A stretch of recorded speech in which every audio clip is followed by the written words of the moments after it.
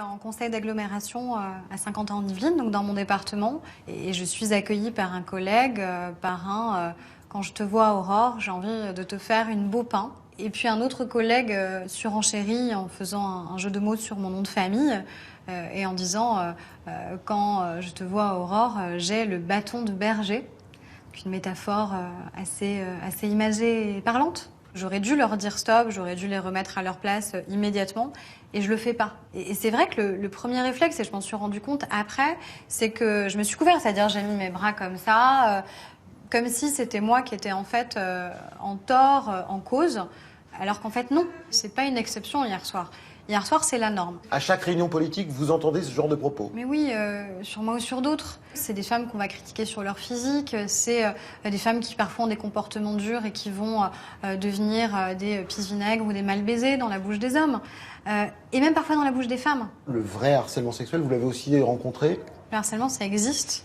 C'est-à-dire, c'est des messages insistants que vous allez recevoir et qui vous plaisent. Ça vous est arrivé ? Ça m'est arrivé et ça vous place dans une situation très inconfortable. Encore une fois, est-ce que c'est moi qui ai provoqué ce comportement chez lui? Est-ce que je peux en parler? Et à qui je peux me confier sur ces sujets-là? Et là, vous manquez cruellement d'interlocuteurs. Mais pourquoi tout simplement ne pas l'envoyer promener? Parce que c'est difficile, en fait, de rejeter. Quand vous êtes dans cette situation, vous êtes dans une situation qui n'est pas égalitaire. La personne qui envoie ces messages-là, ou qui a ces comportements déplacés, a souvent un ascendant de notoriété, d'antériorité, et donc du coup... Ou d'âge.